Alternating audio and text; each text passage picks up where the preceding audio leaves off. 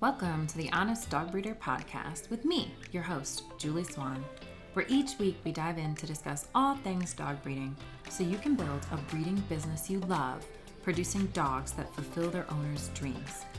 I believe you can have an honest dog breeding program that also pays the bills. So throw those pods in your ears while you're cleaning kennels. I'd love to join you. The first time I heard how vaccines worked, I thought it was a miracle. How with only a quick prick you could get immunity to something that could kill you. I was blown away. I wish it were as simple as it sounded in health class so many years ago. In case it's been a minute since you had health class, let's have our own crash course on the principle behind vaccines. The immune system is capable of learning new threats in the form of bacteria, viruses, and others. When it identifies a virus as a threat, it learns its unique identity and also learns how to kill it. Once it fights a certain strain of a virus, they say you'll never get that strain again. But what they mean is that your body will recognize it and destroy it so quick, you'll never have symptoms again. Vaccines work off the premise of exposing the body to a disease, virus, or bacteria, but in a limited way that allows the body to form an immune response and learn this strain so it is prepared to fight it should the body encounter it in the environment, while also not posing any threat to the organism. When the body finds a new threat, it will be better at identifying it and destroying it if it is similar to something it has dealt with before, such as a new strain of an old virus. A good example is the flu vaccination. The vaccine is developed each year from the current virus. For us in the United States, they develop it off what's in China the few months before our flu season. Since the virus is constantly mutating, the flu vaccine gives you exposure to the newest mutation, better preparing you for the mutation you are likely to experience if you are exposed to flu virus this year. The reason the flu virus needs to be developed every year is because the flu virus is rapidly changing. Rabies, however, does not rapidly mutate like this. It changes minimally, if at all, which is why the rabies shot is often only needed once in a lifetime. Just remember, for liability's sake, most veterinarians will recommend vaccination at least every 3 years or whatever is standard in your municipality. Why doesn't the vaccine infect the body? The reason you don't get the disease when you are vaccinated is due to various ways vaccines are created. One of these includes a modified live virus, sometimes abbreviated MLV, which is a live virus, but it has been attenuated so that it can't create the disease. Sometimes this means it can't replicate, therefore it can't multiply inside the organism. In this instance, the immune system will still see the organism as a threat and learn to destroy it without causing any potential harm. Manufacturers can also make a vaccine using dead organisms. These cause no threat to the body, but they may be less effective as the body will recognize that the virus is dead and may not create as thorough a response to the disease. Manufacturers know that this can lead to a lackluster response from the immune system, so many of these vaccines have an adjuvant. An adjuvant is an immune system stimulant that agitates the immune system for a greater immune response. The adjuvant ingredient is often where a lot of controversy on vaccines comes in.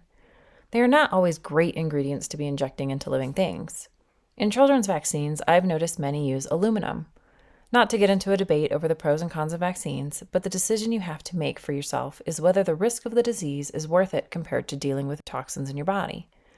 However, I will say that none of my adult dogs have ever gotten parvovirus, and it is everywhere in the area I live. I do trust the parvo vaccines.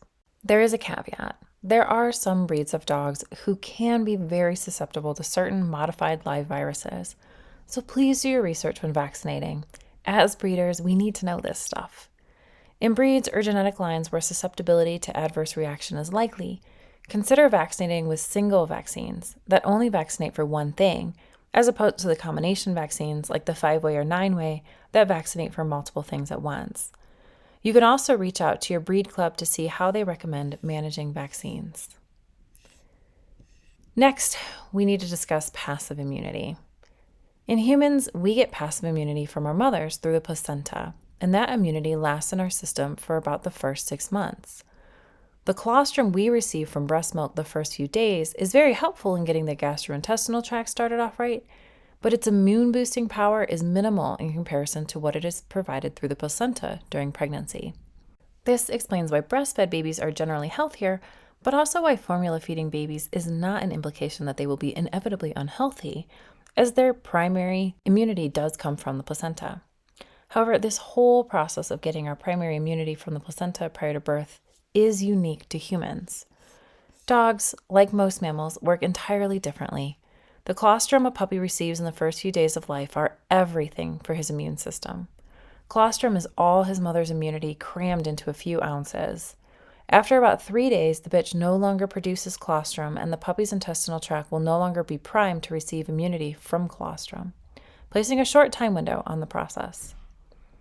The milk she produces after the colostrum is designed to help the puppy grow. This is why during the first few days, all puppies must be monitored to make sure they are getting their fair share of colostrum. Passive immunity can be a little confusing, but to be simple, it is merely immunity that the body can use, but cannot create more of. Think of it as mom giving you a small army of soldiers that will have a specialty in fighting parvovirus or distemper or canine parainfluenza. This army consists of super great guys, but they have a short lifespan.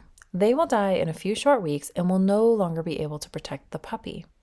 They are the puppy's buffer while he builds up his own immune system.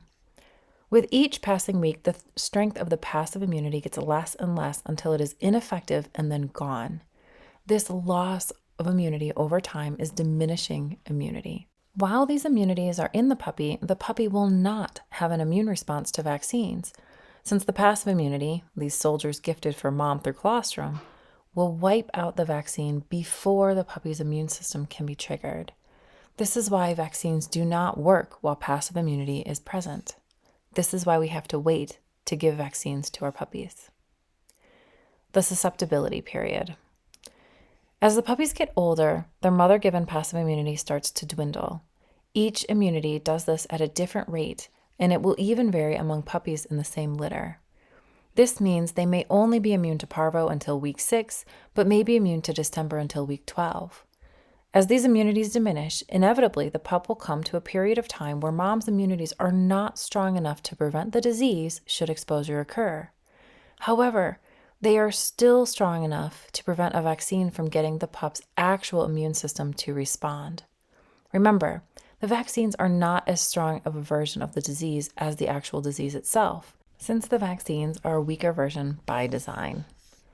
This fragile time when mom's immunities are too weak and yet vaccines won't take is called the susceptibility period or the window of susceptibility. It is the scary time when, despite whatever the owner or breeder does, the puppies are most likely going to be infected if they come in contact with the disease. Now, how do we gauge the susceptibility period? Unfortunately, there is no simple formula for the susceptibility period.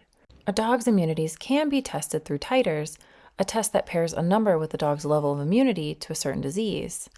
Titers are a little sticky and can be confusing, but I'll try and shed light on how they work. A titer measures the antibodies from an immune response. These can be from a vaccine or actual contact with the disease. Showing a higher titer amount tells us that the immune system has learned the disease and is able to build antibodies for it. However, having lots of antibodies in the bloodstream is similar to wearing a lot of armor. You may have needed the armor while you were at war, but now you're home, and so we don't really need to wear the armor to the grocery store. However, since you already have the armor, there's no need in getting rid of it. Merely you just need to hang it up in your closet should you need it later. This way you aren't wearing out your system by wearing this heavy armor all the time. Taking this armor off is akin to the immune system reducing the number of antibodies floating around in the bloodstream. The threat is no longer there, so the need to continually produce these antibodies will decline. You still have the armor, you just put it in the closet, which is what an immune system does over time. It reduces the amount of antibodies in the bloodstream, as they aren't needed and a waste of energy for the animal to continually produce. But it still stores the knowledge of how to make the antibodies. This information of how to make antibodies is stored in memory cells. This is much like storing the armor in the closet should it ever be needed.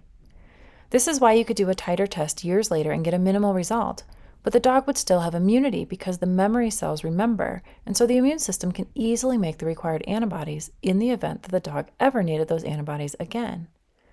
There is no way to test memory cells, so this is why titer testing isn't always helpful, especially if it is done long after the vaccine or healing from the disease. There's a great article about titer testing, how to go about it, and when by Dr. Laura Koger of the Healthy Dog Workshop. I'll link the article in the show notes at honestdogbreeder.com/34. Now, let's talk about the vaccination schedule.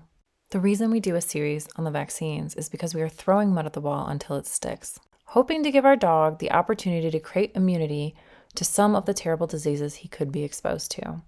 If we knew we could guarantee our puppies wouldn't come in contact with any of these diseases until 16 weeks of age, then we would vaccinate at 16 weeks of age once and call it good. We just can't guarantee that our yard hasn't contracted parvo, so we try to vaccinate as early as it might work in an effort to give our dogs the best chance possible. We vaccinate again at a year to guarantee that the vaccine took and immunity was learned by the immune system. After 1 year of age, vaccinating gets you into a lot of discussions. The 5 main vaccines found in the 5-way puppy vaccine are distemper, parvovirus, adenovirus, and parainfluenza.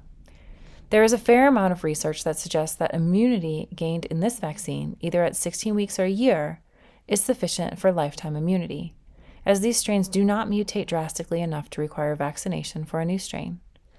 The reason many are forced to re-vaccinate is due to legal ramifications, such as requiring annual vaccinations for dogs licensed in the city or for dogs who are boarded regularly at a kennel where taking the chance of an infected dog is too risky in a legal manner. Rabies vaccines are suggested at 12 or 16 weeks, while some veterinarians encourage waiting until as late as 22 to 24 weeks, although certain municipalities have a law about this. Most encourage another vaccination at a year and then generally every 3 years. Some suggest more frequently if there is a high probability of running into a rabid animal, but I have yet to find research that supports that rabies is a highly mutating disease requiring booster. Many unnecessary vaccines are administered because people don't really know why they are vaccinating or how immunity works, and they're encouraged by others who are persuaded by fear or legal ramifications. There are exceptions, though. Bordetella and leptospirosis. These vaccines are actually less effective than others and create limited immunity that may diminish, but doesn't exactly prevent, infection. Rather, they just reduce the symptoms.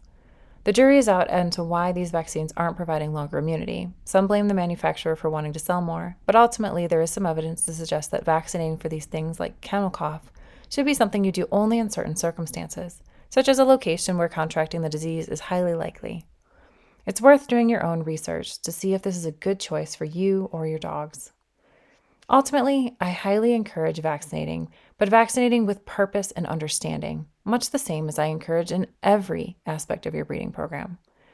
I share this vaccination information because there seems to be a lot of confusion about it. I also worry that many feel if a dog was vaccinated at 8 weeks that he doesn't need to be vaccinated again, but this really isn't the case, as we now know. I encourage you to take the time to figure out the best vaccination protocol for your dogs and educate your buyers on the procedures that have worked for you. I've created a PDF download that has the standard vaccination protocol, then a few links to other veterinarians who are challenging the standard protocols. I've suffered through parvovirus before, and I wouldn't wish that on anyone. I know today's episode wasn't as exciting as the mothers, but I'm glad you stayed until the end. Understanding vaccines and immunity will not only make you more successful with your dogs and the health of your breeding program, but it can help you design your facilities and management to accommodate susceptibility windows. Thank you for joining me for another episode of the Honest Dog Breeder Podcast with me, your host, Julie Swan. I'm so glad we could share this dynamic topic together. I wish you all the best, and I can't wait to see you in the next episode.